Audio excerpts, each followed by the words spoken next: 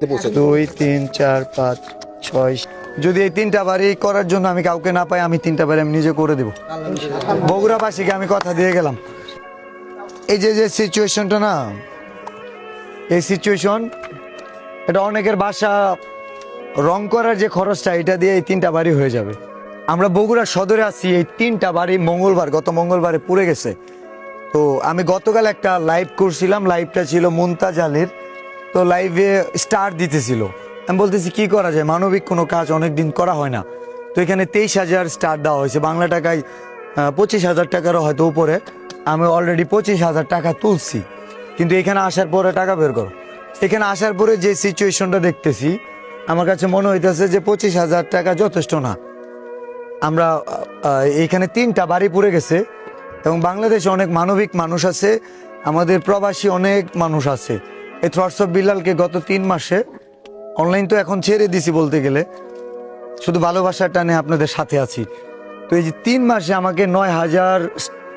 মানে 9,000 star 9 lakh star দিছে মানে $9,000 বাংলা টাকায় প্রায় 10 লাখ তো আমার ক্যারিয়ার শেষ যদি এই তিনটা বাড়ি রেডি করার মতো মানবিক কেউ থাকে যে আমি একটা বাড়ি করে দিব এই তিনটা বাড়ির মধ্যে একটা বাড়ি দায়িত্ব নিতেছি আমি দৃষ্টি আকর্ষণ করতেছি স্পেশালি আমি আবার বলে রাখি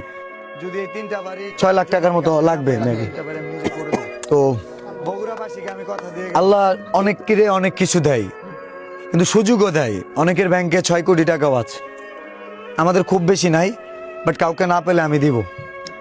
স্পেশালি আমি এই ভিডিওর মাধ্যমে যদি ভিডিও দেখে থাকেন মার্জানুল মানজুম